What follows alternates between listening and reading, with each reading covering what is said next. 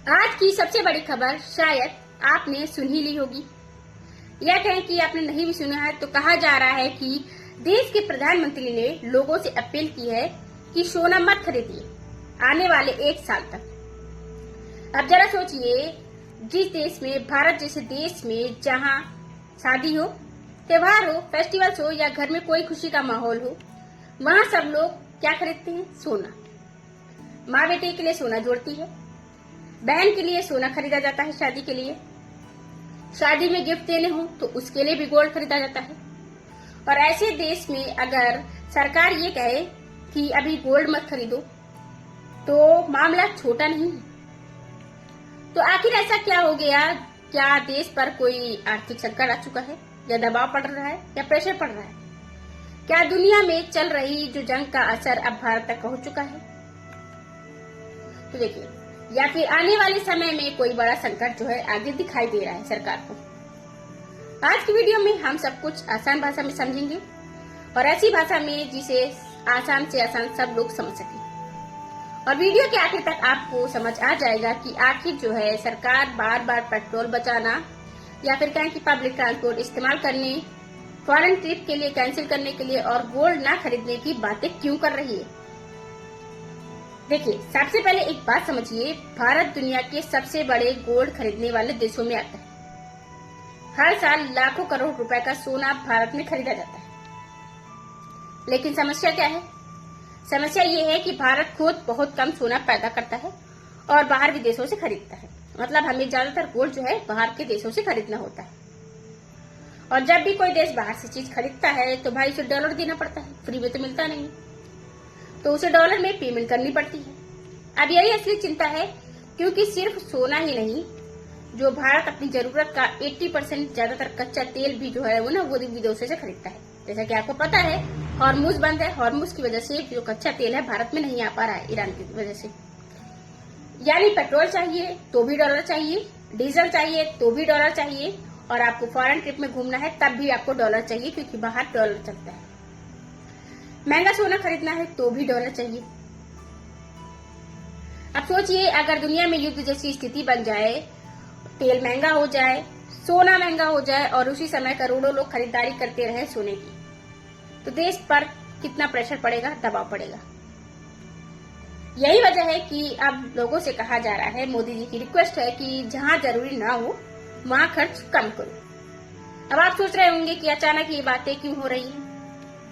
क्योंकि पिछले कुछ समय से दुनिया में आपने देखा लगातार तनाव बढ़ रहा है। अमेरिका, ईरान, इजराइल तीनों युद्ध में लड़ रहे हैं। मिडिल ईस्ट में हालात खराब हैं अभी के। समुद्री रास्तों पर खतरा बढ़ा है, हॉर्मुज बंद है, जिसकी वजह से जो कच्चा तेल है भारत में नहीं आ पा रहा है। तेल सप्लाई को लेकर चिंता है वो बनी हुई है। और जब भी दुनिया में डर बढ़ता है तो 2 चीजें सबसे तेजी से महंगी होने दिखती हैं। सबसे पहला होता है तेल, ऑयल, और दूसरा गोल्ड, सोना। क्योंकि लोग डर के समय पैसा गोल्ड में लगाना शुरू कर देते हैं, इन्वेस्ट करते हैं। इसीलिए गोल्ड की जो कीमतें होती हैं, प्राइसेस होते हैं, वो हाई होते चले जाते हैं, लगातार ऊपर हो जाते हैं।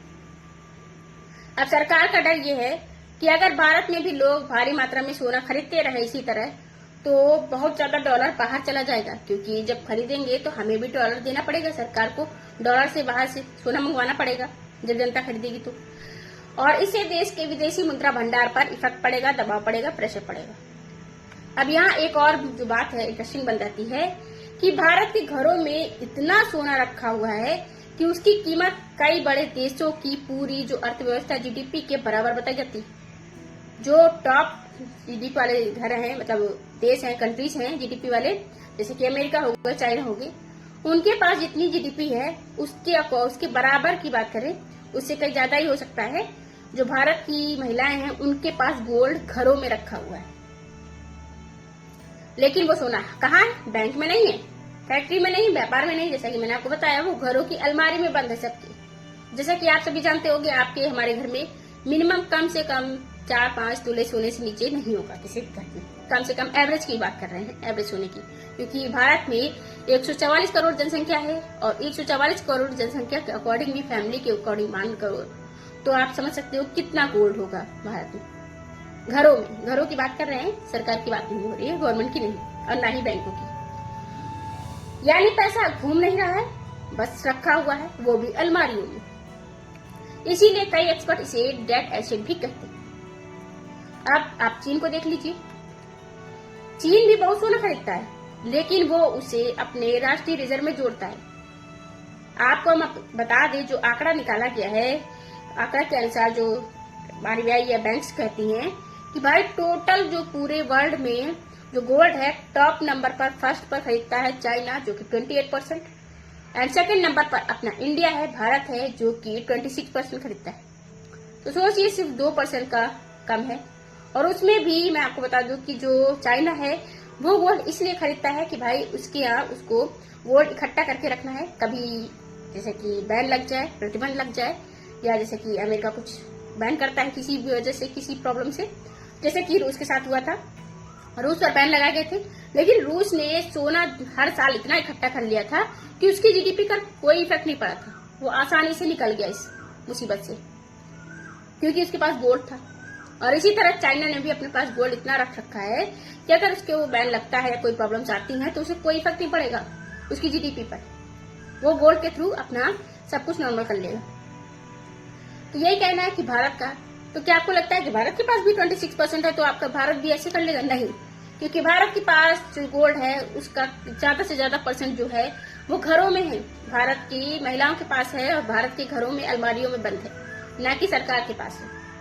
और जो चाइना का जो गोल्ड है वो टोटल 28% जो कि चाइना की गवर्नमेंट के पास है।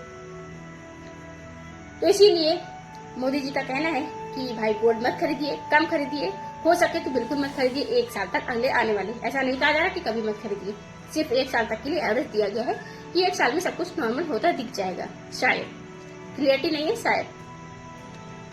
तो आप समझ सकते हैं कि ताकि भविष्य में अगर दुनिया में आर्थिक संकट आए तो उसके पास मजबूत बैकअप रहे, ये चाइना ने अपने लिए सोच रखा है। और भारत यही चाह रहा है भाई कि हमारे साथ भी ऐसा है, हम भी प्रॉब्लम में ना आए। तो उसने भी यही किया था, कई सालों तक लगातार गोल्ड खरीदा था, रिजर्व बढ़ाया, फिर उस पर जब बैन लगे तब भी उसकी जो अर्थव्यवस्था है पूरी तरह टूटी नहीं इकोनॉमी। अब भारत भी शायद पहले से तैयारी करना चाहता है इसी बात के लिए। इसीलिए सरकार लोगों से कह रही है कि अभी जरूरत ना हो तो गोल्ड खरीदने से बचो। अब बात जो सिर्फ सोने की नहीं है कि आप सोना नहीं खरीदोगे तो सब कुछ नॉर्मल हो जाएगा, सिर्फ बात सोने की नहीं है। यहाँ पर सरकार ने लोगों से ये भी कहा कि जितना हो सके पब्लिक ट्रांसपोर्ट यूज कीजिए, मतलब अपनी बाइक और कार जो कम यूज करिए, पर्सनल तरीके से मेट्रो में जाइए, बसों में जाइए, और जो पब्लिक ट्रांसपोर्ट सर्विस है उसको यूज करिए। क्यों? क्योंकि भारत अपनी जरूरत का जो करीब 80% कच्चा तेल बाहर से खरीदता है, विदेश से। अब अगर तेल महंगा होगा तो पेट्रोल भी महंगा होगा, डीजल भी महंगा होगा, ट्रांसपोर्ट महंगा होगा, और फिर इसका जो असर है वो हर चीज महंगी होगी भारत की, यानी असर सीधे आपकी जेब पर पड़ने वाला है। इसीलिए सरकार चाहती है कि अभी से थोड़ी बचत शुरू हो जाए। अब आप समझिए कि बचत के लिए सरकार कह रही है कि क्यों? देखिए, वो जब कच्चा तेल, मैंने आपको पहले भी बताया कि स्ट्रेट ऑफ हॉर्मुज से आता है, ईरान से, और ईरान ने इसको बैन कर रखा है, बंद कर रखा है उस रास्ते को। इसकी वजह से तेल जो है भारत में नहीं आ पा रहा है। जब कच्चा तेल आएगा तभी तो भारत में रिफाइंड होकर मिलेगा भारत में लोगों को। और क्योंकि आप जानते हो पब्लिक में, जैसे कि पॉपुलेशन में टॉप पर है भारत, इंडिया में 144 करोड़ जनसंख्या है, इतना ज्यादा मतलब मात्रा में, और अगर पहले से भी स्टोर है उतना भी भारत कैसे एवरेज कर पाएगा? दिन ब दिन तेल खत्म हो रहा है तो कहाँ से लाएगा भारत? और जैसे कि भारत का कहना है कि भाई हमारे पास तेल के कुएं तो है नहीं कि हम कुएं हैं निकाल लिया तेल बाहर से आता है कच्चा तेल, और उसको हम लोग रिफाइन करते हैं। हाँ, रिफाइनरी में भारत जो है टॉप कंपनियों में आता है, और रिफाइन में भारत में बहुत सी कंपनियां हैं, उसमें कोई कमी नहीं है। पर भाई रिफाइन तभी करेंगे ना जब कच्चा तेल आएगा। कच्चा ही तेल नहीं मिलेगा तो रिफाइन करके कहाँ से देंगे पब्लिक को? तो मोदी जी का कहना है कि भाई हमारे यहाँ कुएं तो है नहीं कि हम खोद के निकालेंगे और आपको रिफाइन करके दे देंगे। जब वहां से तेल आएगा तब हम आपको रिफाइन करके दे पाएंगे। तो तब तक के लिए थोड़ा सा पेशेंस रखिए। जो पब्लिक ट्रांसपोर्ट है उसी को यूज करिए, अपना खुद का पर्सनल गाड़ियां मत यूज करिए, जैसे कि बाइक हो गई, कारें हो गई, और इस तरह वगैरह वगैरह। और फॉरेन ट्रिप पर मत जाइए, क्योंकि फॉरेन ट्रिप का इसमें मतलब ये है कि आप फॉरेन ट्रिप पर जाओगे तो बाहर डॉलर यूज करोगे, और डॉलर की वजह से ही तो भारत में जो मोदी जी है उन्होंने मना कर रखा है सब चीज के लिए, क्योंकि डॉलर कम है। भारत में डॉलर जितना होगा उसी के अकॉर्डिंग जीडीपी हम लोग की मानी जाती है, क्योंकि जब आपके पास जितना डॉलर होगा बाहर का उतनी आप जो आरबीआई है वो पैसे छाप सकती है, RBI reserve bank of India. And उसी जैसे कि जो गोल्ड हमारे पास जितना है उसी के अकॉर्डिंग जो हमारे पास पैसा होगा रुपए में, और उसी के थ्रू हम लोग को डॉलर भी मिलता है। तो इस वजह से एवरेज बनाने के लिए भारत ने, मोदी जी ने कहा है कि फॉरेन ट्रिप पर मत जाइए। फॉरेन ट्रिप पर जाएंगे तो आपको पैसा देके डॉलर लेना होगा और डॉलर आप खर्च करके चले आओगे, और भारत का जो विदेशी मुद्रा भंडार है वो कम हो जाएगा। तो इनका कहना है कि 1 साल तक रुक जाइए, कहीं मत जाइए बाहर फॉरेन ट्रिप पर, और जो शादी ब्याह है वो भी आप इंडिया के अंदर करिए, बाहर मत जाइए करने के लिए, घूमने के लिए मत जाइए अपनी ट्रिप पर। एंड इनका ये भी कहना है कि जैसे कि पब्लिक ट्रांसपोर्ट मत यूज करिए। कच्चा तेल के बारे में जैसे मैंने आपको बताया कि बाहर से आता है और उसकी वजह से प्रॉब्लम्स आ रहे हैं। यहाँ तक कि मोदी जी ने ये भी कहा है कि जो तेल होता है जो हम लोग खाते हैं, यूज करने वाला खाने वाला तेल, उसको लेकर के भी बोला है कि कम यूज करिए, क्योंकि वो भी तेल बाहर से आता है। उसको लेकर के भी बोला है कि उसमें भी डॉलर लगेगा, इसलिए उसको भी कम यूज करिए। और उनका ये भी कहना है कि कम यूज करोगे तो हेल्थ से अच्छे रहोगे, स्वस्थ रहोगे, क्योंकि भाई तेल कोई सेहत के लिए अच्छा तो होता नहीं है। तो ये तो मोदी जी का कहना है कि तेल कम खाओ और स्वस्थ रहो, जिससे कि जीडीपी भी अच्छी बनी रहे हमारे भारत में। तीसरा उनका कहना है कि भाई जो यूरिया 3000 रुपए किलो मिलता है वो हम किसानों को जब देते हैं तो 300 रुपए में देते हैं, 10 गुना कम करके। तो ये जो प्रेशर है इस पैसे का किसको पे पड़ रहा है? सरकार पे पड़ता है। तो मोदी जी का कहना है कि हो सके तो ऑर्गेनिक खाद को यूज करिए, जैसे कि गाय गोबर, भैंस के गोबर को यूज करिए, ऑर्गेनिक खाद को यूज करिए खेतों में, तो जिससे कि थोड़ा सा असर जो है जीडीपी पर और इकोनॉमी पर भारत की कम पड़ेगा। ये रिक्वेस्ट है मोदी जी की, जो कि मैंने आपको बताया। और जैसा कि इसीलिए सरकार चाहती है कि अब थोड़ी जो बचत है अभी से थोड़ी थोड़ी करना शुरू हो जाए, क्योंकि आगे आने वाले समय में शायद प्रॉब्लम हो जाए सरकार को। अब यहाँ एक और बड़ा ऐलान चल रहा है कि एथेनॉल ब्लेंडिंग। एथेनॉल ब्लेंडिंग अब ये क्या होता है उसको भी हम बहुत आसान भाषा में समझेंगे। देखिए, जब आप पेट्रोल भरवाने जाते हैं ना, तो उस पेट्रोल में थोड़ा हिस्सा एथेनॉल का भी मिलाया जाता है। अब यहाँ जो है एक और बड़ा प्लान चल रहा है मोदी जी के माइंड में भी और देश में भी, एथेनॉल ब्लेंडिंग। मतलब अब ये क्या होता है इसको भी हम बहुत आसान भाषा में समझेंगे। जब आप पेट्रोल भरवाने जाते हैं तो उस पेट्रोल में ना थोड़ा हिस्सा एथेनॉल का भी मिला होता है, एथेनॉल, जिसका हिस्सा मतलब परसेंटेज में अगर आपको बताएं तो 20% लगभग अभी होता है प्रेजेंट में। और ये एथेनॉल बनता कैसे है? देखिए, गन्ने से, टूटे चावल से और खेती के बचे हुए जो पार्ट्स होते हैं, या जैसे कि भूसा हो गया या खरपतवार जो भी होते हैं गाँव में, उन सब चीजों से बोलते हैं कि बनता है ये एथेनॉल। फायदा क्या होगा इससे, एथेनॉल से? देखिए, भारत को कम तेल खरीदना पड़ेगा। हम जैसे कि मैंने आपको बताया एवरेज 20% लगता है इसमें, तो कम से कम 20% भारत बाहर से नहीं खरीद रहा होगा। अब 80 से 60% खरीदेगा भारत। लेकिन जैसे हम आपको बताते हैं, जब यहाँ पर भारत को कम तेल खरीदना पड़ेगा बाहर से, यानी विदेशी तेल पर जो डिपेंडेंसी होगी वो भारत की कम होगी, थोड़ी राहत मिलेगी भारत को जीडीपी में या इकोनॉमी में।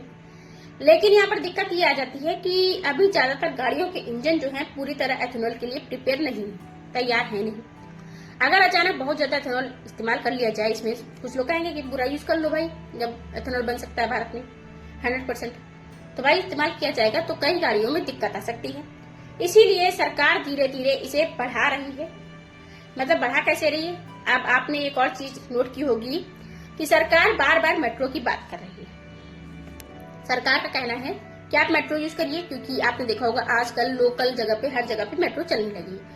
दिल्ली, मुंबई या जैसे नोएडा जैसे शहरों में तो मेट्रो का यूज भरमार होता है, खूब यूज होता है, वहाँ पर भीड़ भरी रहती है, मेट्रो खाली नहीं होती है। पर जैसे कि मैं आपको बता दूं, यूपी, बिहार या जैसे कि कानपुर हो गया, लखनऊ हो गया, इन शहरों में भी अभी तक मतलब इतने, जबकि लखनऊ जो है उत्तर प्रदेश की राजधानी है और कानपुर भी कोई छोटा मोटा शहर नहीं है, बड़ा शहर है, फिर भी यहाँ पर आपको देखने को नहीं मिलेगा इतना पब्लिक ट्रांसपोर्ट की जो कि मेट्रो को यूज कर रहे हैं। वो सब अपनी कार, अपनी बाइक, अपने पर्सनल जो व्हीकल्स होते हैं उनको यूज करते हैं। तो मोदी जी का कहना है कि भाई इनको छोड़ के आप मेट्रो को यूज करो। और इसका मेट्रो का जो एक मकसद और भी है, मकसद उनका क्यों कहा जा रहा है, क्योंकि भाई जो मेट्रो है ना वो घाटे में जा रही है, प्रॉफिट में नहीं जा रही है। तो कहा जा रहा है कि भाई मेट्रो यूज करोगे तभी तो प्रॉफिट में जाएगी ना। अब सब लोग जब अपना पर्सनली यूज करेंगे, मेट्रो को यूज नहीं करेंगे तो मेट्रो खाली चलेगी, खाटली चलेगी, तो भाई घाटे में जाएगी।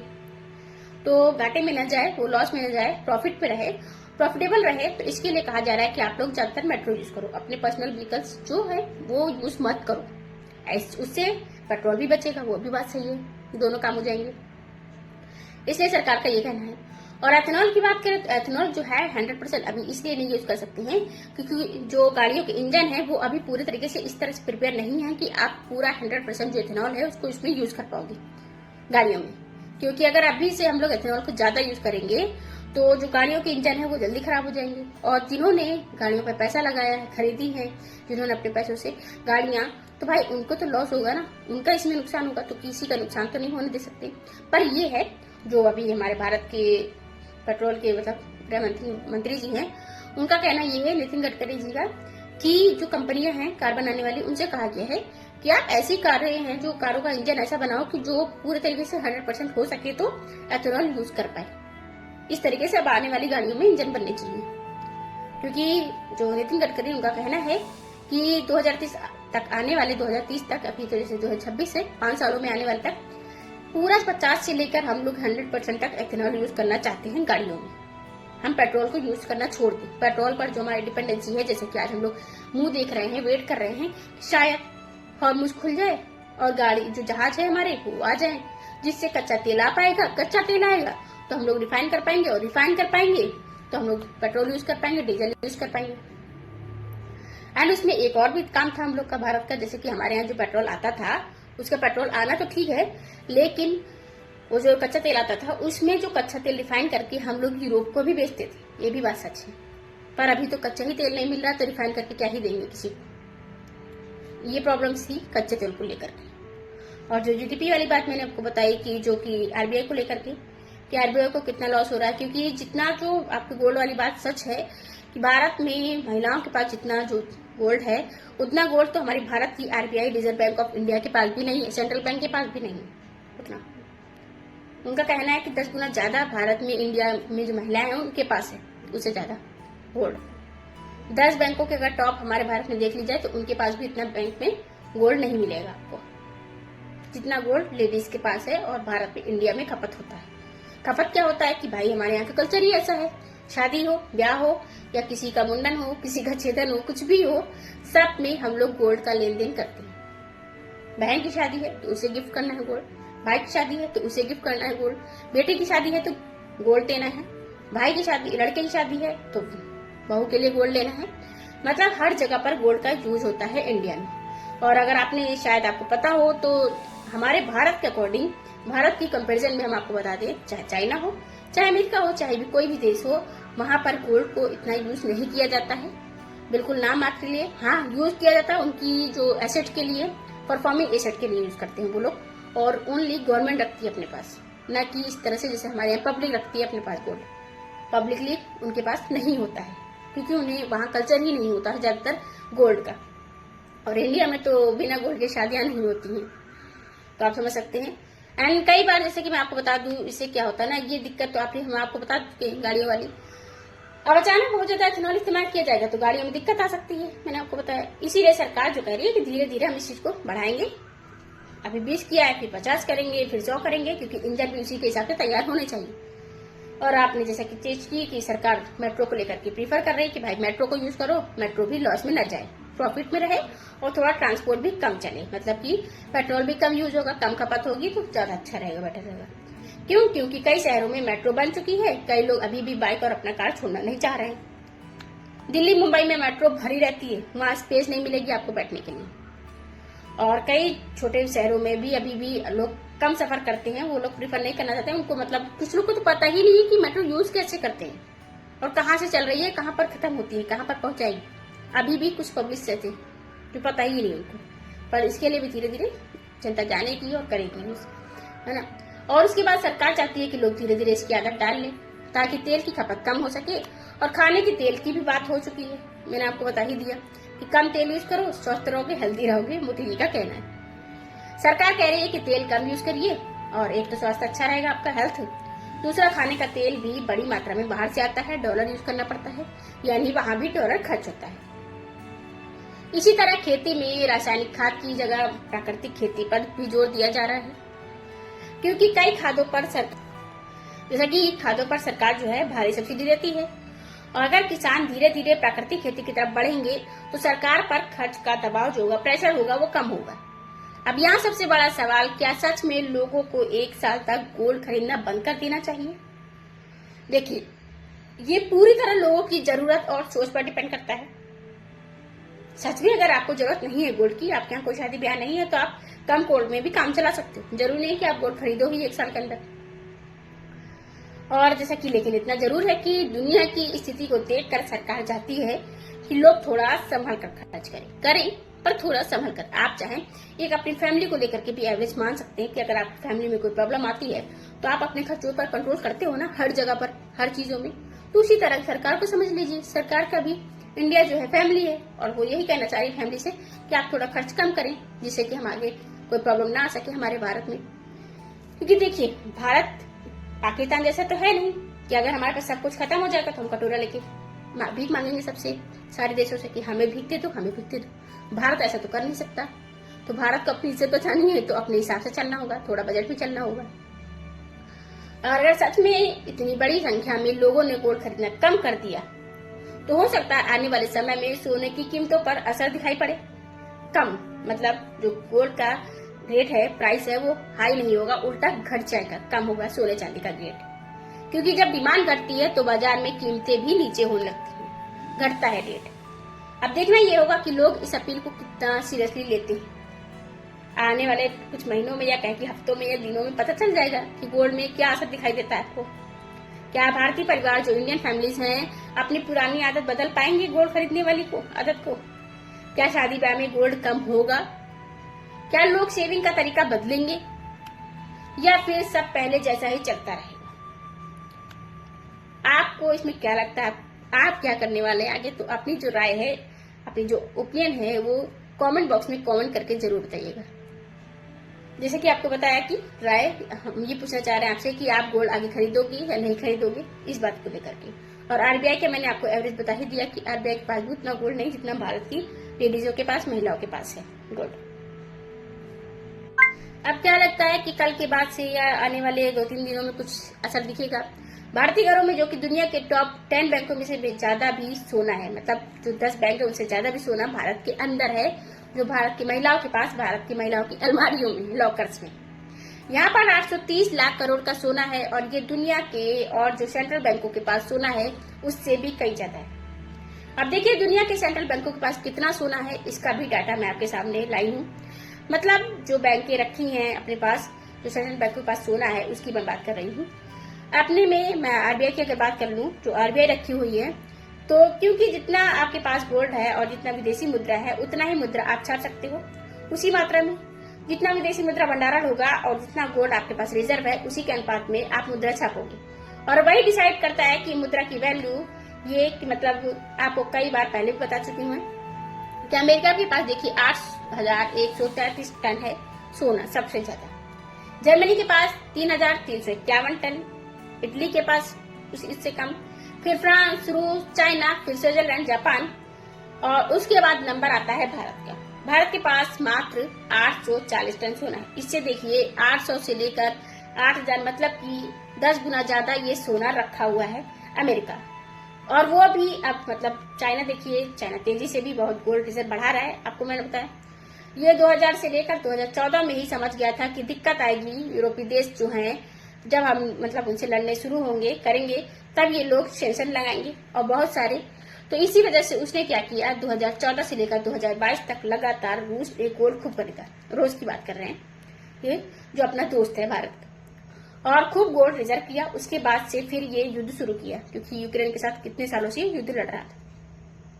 तभी तो ये हुआ ना कि मतलब सारे सेंक्शन लगा दिए, लेकिन फिर भी रूस का कुछ नहीं बिगाड़ पाया कोई।